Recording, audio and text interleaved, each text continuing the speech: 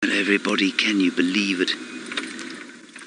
What we have there, although it's only 2 spots or so of him, is Mvula. Yes, that's what I said.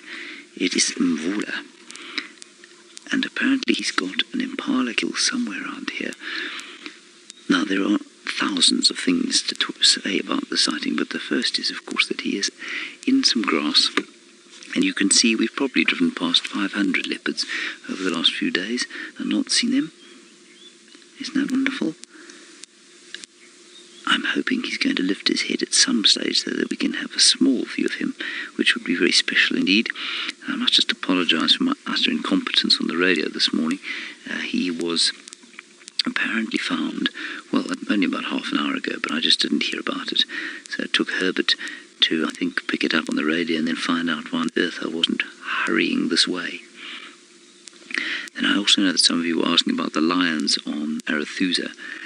The reason I didn't rush off there in the morning is that because of elephant plains in Arathusa and Simbambili, all of them wanting to get into that sighting, it really would have been an absolute bun fight.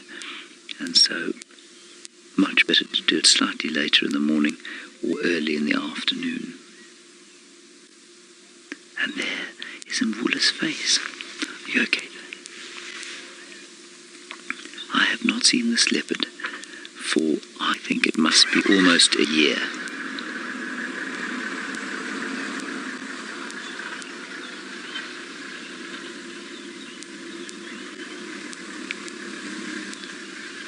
And I'm sure you're all just as excited as I am to see him.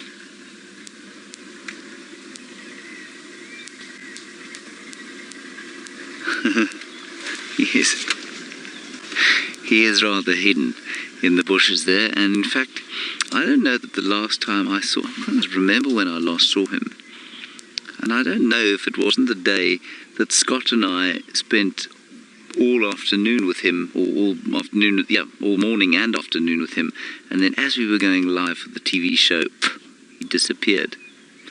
And that must have been, when was that? That was in October. No, it was Big Cat Week 2015. No, not Big Cat Week. It couldn't have been Big Cat Week. It was Big Cat Week. We had a bunch of it. Did they have a... It was in October. It was just before Christmas time in 2015. All right, shall we try and move a bit? I thought Big Cat Week was in February. I don't think it was in February, though.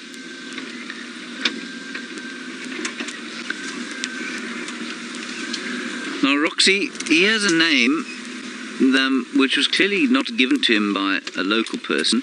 It was probably agreed to by a local person. His name, Mvula, isn't actually a word. Imvula, sorry. Yeah, in the Zulu language, Mvula is rain. And apparently he was born during a big rainstorm somewhere. The local language here, Shangaan, the rain is Mvula, which is a similar word, but it's not quite the same. So his name is the Zulu word for rain.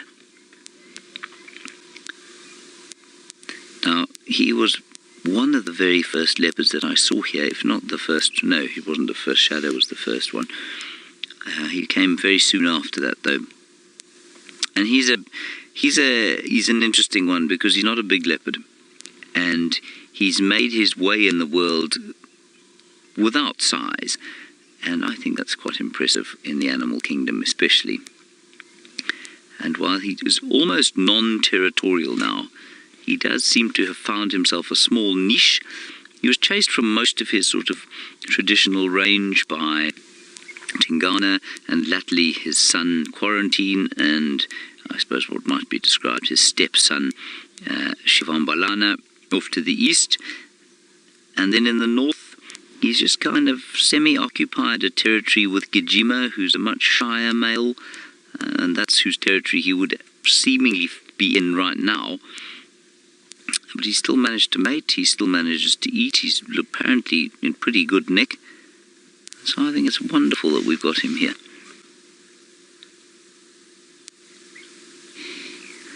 Even though he's not doing anything.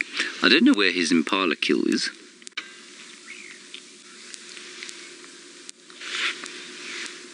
What was with any luck, it will be revealed at some stage. I'd love to know when the rest of you saw Mvula. Does anybody remember when the last time they saw Mvula was? Vyam, do you remember? Not too long ago. Not that long ago. When did you see him? No, it wasn't me. It was the cameraman was there.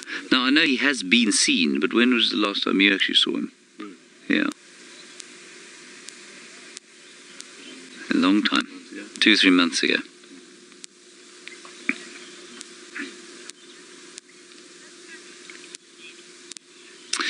Now, Pug Fanatic, this is of course a subject that could be debated for years. I suspect the chat room will go in, start exploding with various commentary on the naming of animals and who gets to name them and how they get to name them and who should be able to and who shouldn't be able to. Well, in theory with the leopards, what happens is the very first person to find the leopard cub has the honor of naming the leopard when it reaches a year old. Now, in the case of Shongile and Hosana, that didn't happen, because they become characters to us from the day they're born, and so we wanted them to have names long before they were a year old. And so what we did was to defer. Brent found the cubs, and we deferred that honor to the senior rangers of Djuma, Taxon and Rexon, Taxon and Aubrey at the time, and they came up with the names from Gile and Hosana. And then for Mvula, I don't know who named him, but I suspect that the ranger who found him probably decided this was quite a good name, asked his tracker, and the tracker sort of said, yes, okay, that's fine.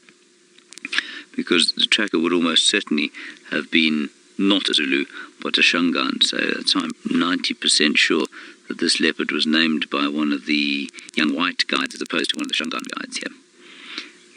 With the lions, we came up with names and checked them and checked the spelling and that sort of thing, and it was agreed to in a rangers meeting that we could name the male lions because, again, they're characters for us, and so they need to have names, and so those 4 names of our 4 male lions were very important from that point of view, but normally the male lions are not named, so we've named them for Safari Live. Basically, that's why they're named in this area. The coalition that they belong to is always named, and the Birmingham Boy Coalition was born on a farm called Birmingham, which is about, say, 100 kilometres off in that direction over there. So that's where the Birmingham Boys get their name from. The Nkuhuma Pride is a very old pride, and they're named after a tree, the brown ivory tree, the Nkuhuma tree. I don't know if they particularly liked lying underneath one particular tree, but that's probably why they got their name. The Styx Pride got their name from the Styx River, of course, which was the river that you crossed to the land of the dead, and I suspect that they were named by, if not the owners of Mala Mala, probably one of the guides or senior rangers at Mala Mala, because obviously Styx is not a Shangaan name either. So with the leopards, they tend to get Shangaan names. With a lot of the other animals, not always. They tend to be named, the lions tend to be named after the farms on which they spend most of their time. And the individuals in the lion pride seldom actually have names unless they're very characteristics. For example, Amber Eyes, who I haven't seen for a while, but she's part of, she's the most characteristic and possibly charismatic lion in the Nkuhuma Pride, and she's got obviously amber eyes, and so she's got a name. But otherwise they don't tend to, the lions. It's normally the leopards that have names. But the amount of emotion, the amount of sort of pain, the amount of talking, the amount of shouting and emails and carrier pigeons and satellite communications and all sorts of meetings that go on when a name starts to be picked, well, you just beggars belief. And Karen, you say that Mvula was named by Ryan, who used to work at Arathusa. I'm assuming it's not the Ryan who lives there now, because I suspect that the Ryan, apparently he was known as the Leadwood Male at Lion Sands, and he's not Mvula.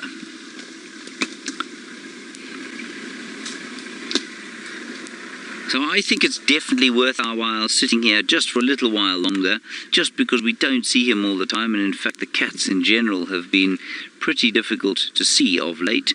So I definitely think it's worth our while spending some more time here. So ask us questions about him. Let's talk about him. #SafariLive. We can talk about leopards in general.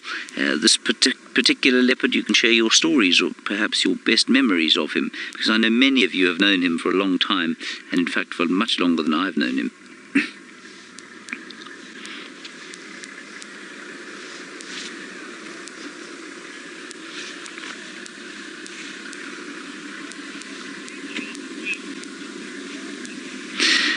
Dr. Rob, there was some consternation, or there was some debate about his age last year.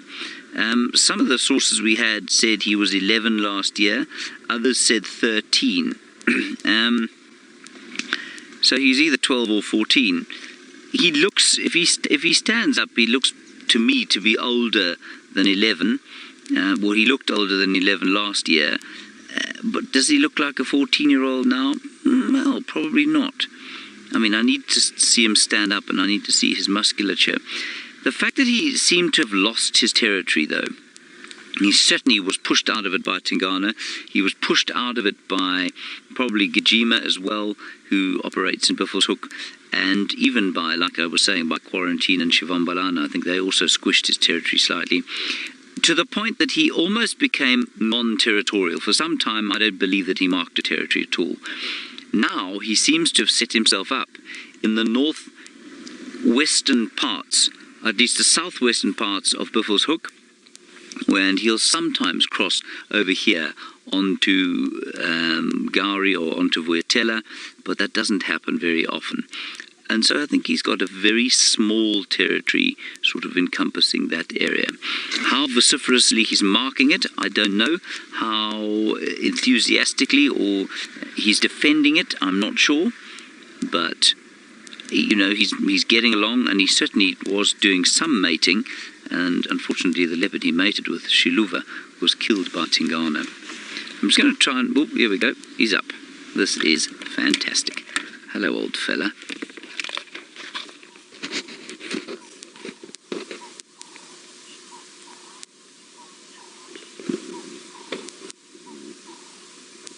James Richard, you say that we last saw him on the 26th of this month. Well, that was very nice of him to show us his face very briefly. Sorry, 26th of March, oh, so that was very recently. I certainly haven't seen him for more than a year. Let's move a little bit forward.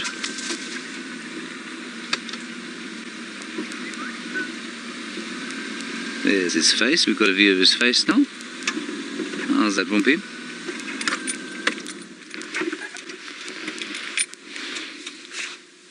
So he's just not spending a huge amount of time in these areas, but maybe he'll come further south. Tingana is just so all-powerfully dominant in this area. And he's much bigger than our friend Mvula. Oh, that's marvellous.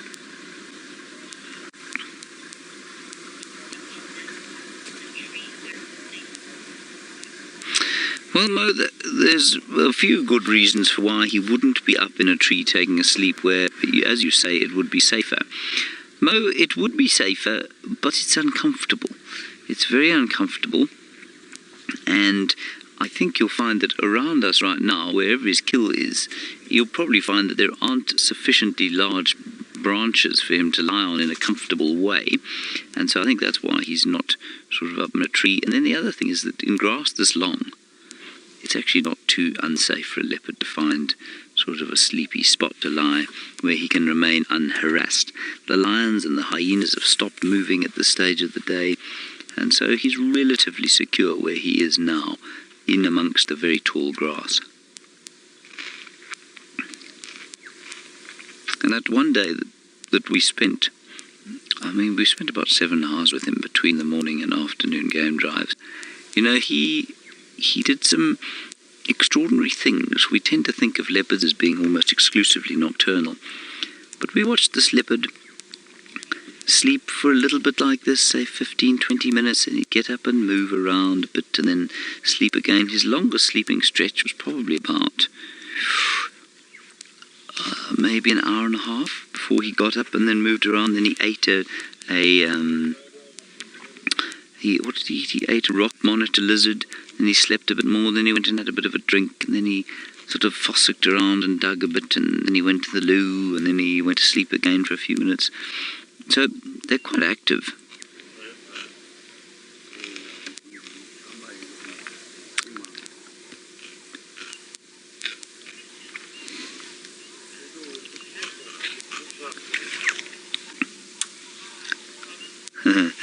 Oh, Laura, I think probably very much reduced. You say, do adult leopards play? For example, chase butterflies and flies? Isn't that an interesting question? Laura, I don't think that they do a huge amount of chasing of anything if they can avoid it. It's really very similar to human beings where, you know, little boys and little girls will love to play until they reach sort of 18 years old, and then that instinct to play disappears. And now it's not necessarily an instinct for fun that disappears, but it's the need to engage in play behavior, which of course doesn't serve a purpose as play behavior. It serves a purpose to help young animals to develop coordination, muscles, get the neural pathways going. And so that's why play behavior for little creatures, little mammals, is so important. And it becomes much less important when you're an adult, because everything is formed, all of your systems are in place. And so, no, I do not think that I've ever seen a male leopard chasing a butterfly or something like that. They will swat at flies, obviously. But I very much think that it's like with us, with pet dogs and that sort of thing. Play behavior, other than, say, chasing balls, I guess, is very much a function of the young, I would say. It's difficult to imagine Tingana chasing butterflies, have you?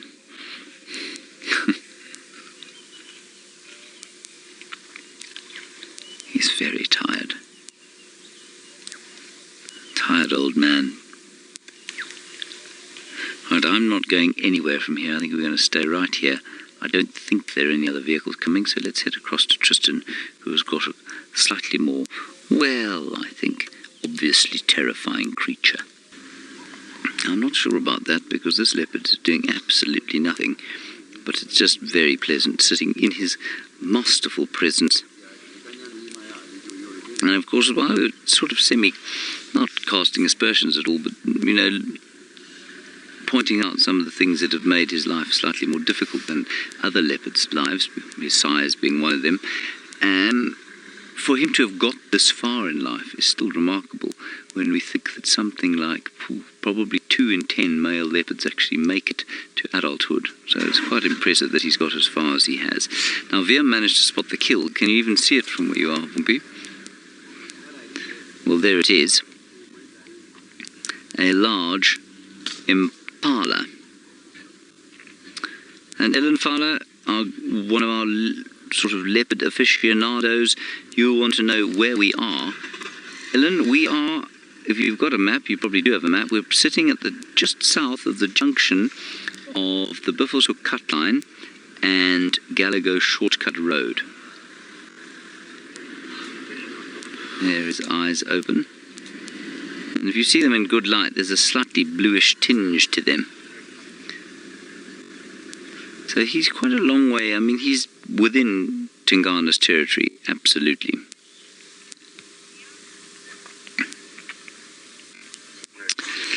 Now, Brianna, you're wondering how we identify the different leopards. Well, different people use different methods. And it's basically got to do with the old adage of the fact that, of course, that leopard doesn't change its spots. And so you just find a spot pattern somewhere on the body that forms a pattern that's easily recognizable, and then that can be your identifying mark. So for some people, that's the distinctive pattern of spots that form the necklace underneath the neck. For some people, it's a mark above the eye or over the forehead. In Karula's case, of course, it's a very obvious wow pattern, so it's wow is written in spots across her forehead. For me, it's often the spot pattern above the nose that is unique. And in Mvula's case, he is a 4-3 male leopard. which means that he's got 4 spots on his right, our left, and 3 spots on his right and our right, his left. So if we were to look at his muzzle, there, he's got 3 spots that side, and you could just see them. You can't, it's very difficult for me to point out for you now, but there are 3 spots just above the whisker line there. And then behind that, or on the other side, there are 4. So he'd be known as a 4-3 male leopard. I'm not sure, I mean, Ellen is obviously watching, and I'm sure she's very excited to see him again, and anybody else who's been watching him for some time would probably be able to give us some of the other distinguishing spot patterns that he has all over his body. And that'd be very interesting to know. So hashtag Safari Live those through to us if you wouldn't mind. Also, I mean, you can certainly see to a certain extent who they are from the moth-eaten nature of their ears and the different cuts and bites they have, but of course those change. They, unlike the spots, will often change. And then, I mean, some people are very good at recognising human faces, and I mean, we used to have a director here called Nikki who could spot a leopard and identify it, and a lion actually, at 100 paces and be absolutely spot on correct every single time. I definitely don't have that talent. And in fact, she spotted this leopard, Mvula, in a magazine the other day, and without, it wasn't a close-up of his face, it was a sort of medium-wide shot of his whole body, and she said, that's Mvula. And she knew him as easily as you and I would notice our best friends. They're the 3 spots, you can see them there, 1, 2, 3, just above the whisker line there. And so that gives you an idea there. And for Ellen, so she says it's his gorgeous eyes that stand out. Certainly that was the first thing I noticed about him, Ellen, was the slightly blue tinge in the good light that his eyes have. Most leopards don't retain that. Of course, they're all born with blue eyes, or born with bluish eyes, and disappears almost immediately. And in, for example, Shongile's case, they went lovely hazelnut brown for a long time. They've lightened slightly since then, but they're still quite brown. And Hosannas went immediately the sort of standard issue, yellowy green in colour. And although the eye that he's shown us is yellowy green, when he's standing in good light, there's a definite blue tinge to it. That is very, very appealing. Is that a tick in his nose? No, couldn't be. Mo, you said, did he consume a fair bit of the kill before he started napping? I imagine he consumed quite a lot of it. He's not panting very heavily, which says maybe, I mean, Vim reckons that, I can't see the kill properly, but Vim reckons it's not that new. But maybe he spent a bit too much time killing it, and so he was a bit tired, and so he didn't eat a huge amount. There's a lot of meat left on that kill, though, so I think he'll go back there. If not, sometime this morning, certainly by lunchtime, he'll be feeding again. And I mean, that's an adult male impala. And there are no big trees around here that he couldn't necessarily haul them into. He'd have to move the carcass quite some distance before he'd manage to get it into the trees.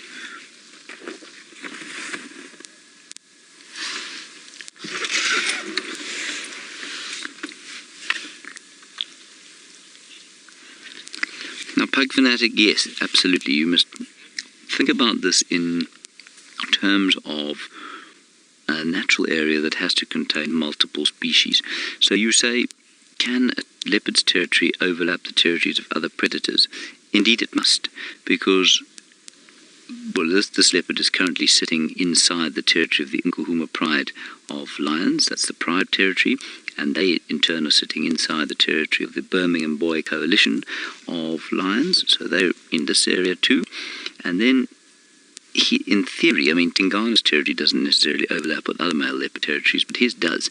He's actually got to, I mean, the area that he hangs around in is pretty much Tingana's territory. So he hangs them out there and keeps a low profile. So absolutely. And then they all fall within the territory of a clan of hyenas, the Djuma clan of hyenas, that's within this territory. So they must overlap. They occupy different trophic niches, so they eat different things. Oh, there's lots of overlap, but they do generally eat different things, and that's how they're able to live in the same area. What's seems to be an interesting exception to that is the tiger and the leopard. And both in Russia and in India, with the experts I've spoken to there, people have said to me that tigers and leopards will not live in the same area together. And I think that's very interesting. I mean, a tiger basically operates like an enormous leopard. And they seem to not enjoy spending any time with each other. Oh, he's going back to the kill.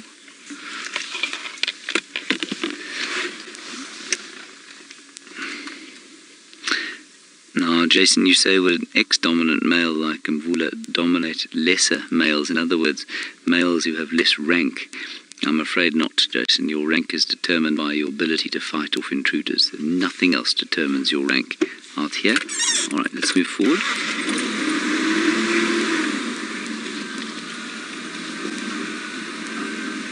How's that, Vim?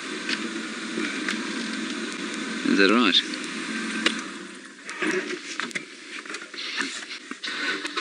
So I was talking about Quarantine and Shivambalana, two other male leopards, one his son, one almost certainly not his son, and both of them, in theory, of lesser rank, both of them now bigger than him, and that's why he's lost his territory to them. You think this is old, Wumpy? Yeah, he's now doing quite a lot of plucking. He's fussy about his eating, is our Mvula. Who can blame him?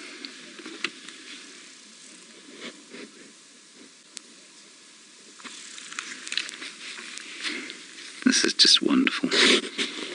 It's so nice to have a sighting like this that you can really get your teeth into and observe, and we can have long chats about the individual and what he's doing and how his life is progressing, and especially Mvula, whose life has not followed the traditional path. He's confounded much of what I suppose we would describe as typical leopard behavior. Normally, when they lose territory, they go off and they die somewhere and they become frail and unable to look after themselves. He has just managed to sort himself out and make the wilderness work for him, I guess.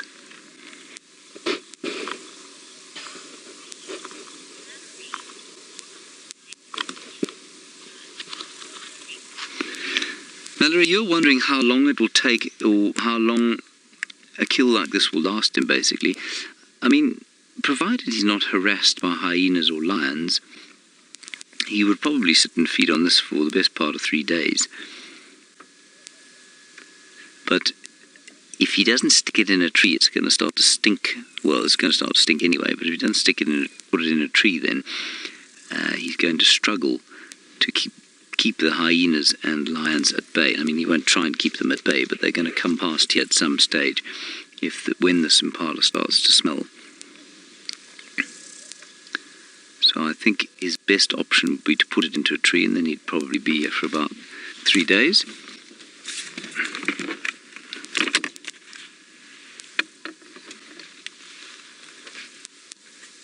But maybe even a bit longer.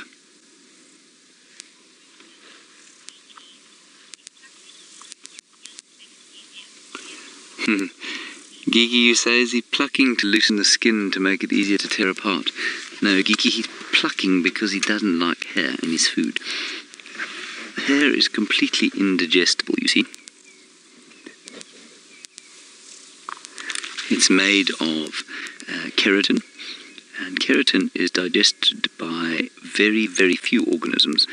One of them is the keratophagous moth, of course, the horn moth. But otherwise, not even a hyena can digest food, so he's plucking it because he doesn't want to eat it.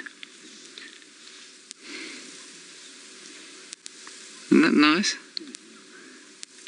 Oh, he's going to...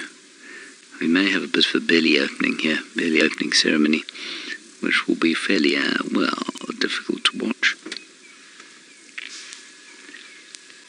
Yeah, he's definitely thinking about trying to get in there now. I think he ate the back end there and he got tired, because he doesn't look very full. Now, look at where his hips join the rest of his body, and I don't know if you'll be able to tell that, but to me, He's trying to find even more shade. To me, that's what said to me that he was a bit older than I thought he was. He just looked like he was losing condition on his hips there. That gap between his ribs and his hips started to look a lot larger or more pronounced. But having said that that's what I said last year, it hasn't changed much since then. So let's put his age at around 12, shall we?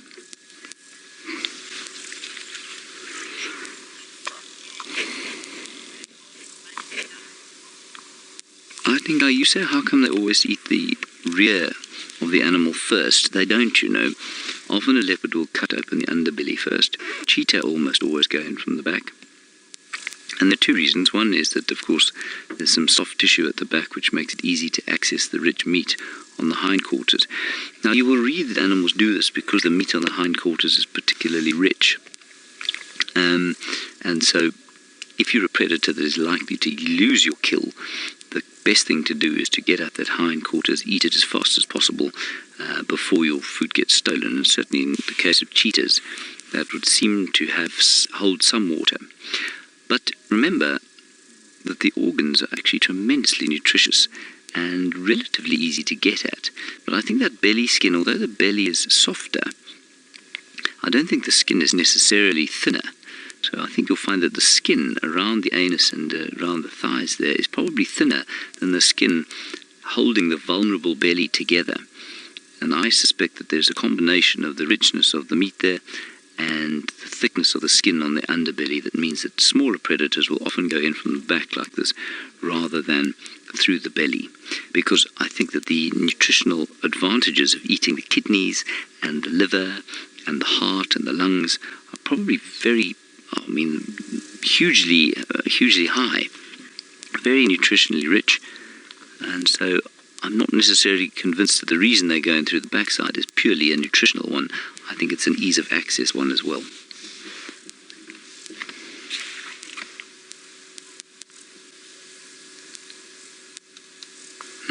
You feeling hungry for breakfast yet, Vim? No, yeah. Mika, you're 8 years old, and obviously you've got a little cat at home.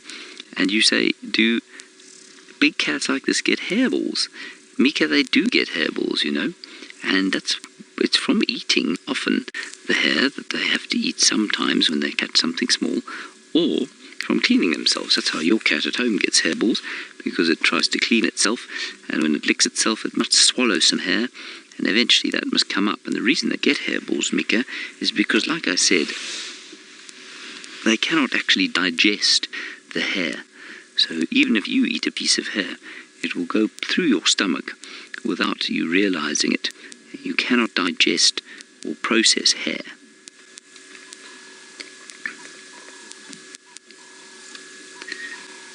Wonderful to see him again and see him in the shade, and I've no doubt that he'll be here for some time. Tristan has managed to find yet another arachnid that he would like to show you now. So we've got another 3 or 4 minutes here with this beautiful leopard, and he's just going to snooze quietly in the grass, as is a man, well, a man of his stature should be allowed to do, unharassed by lions or hyenas, or indeed Tingana. Oh, and I mean, I've got to tell you, the atmosphere around here right now is so soporific. It would be so easy to just sort of crawl out of the car, put your head on his belly. I think that would be... and just fall asleep there. You think it'd be noisy, Vim?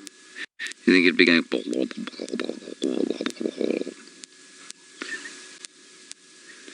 But it does look like it'd be fun, wouldn't it? Of course, what looks like a soft and cuddly animal would immediately become all teeth, claws, and astonishingly speedy reactions were you to try and put your head on his belly. And thank you very much for all your screenshots of Mvula. My only sadness is that I didn't manage to get you a little bit earlier, before the light was a bit softer, but of course we'll have that opportunity this evening.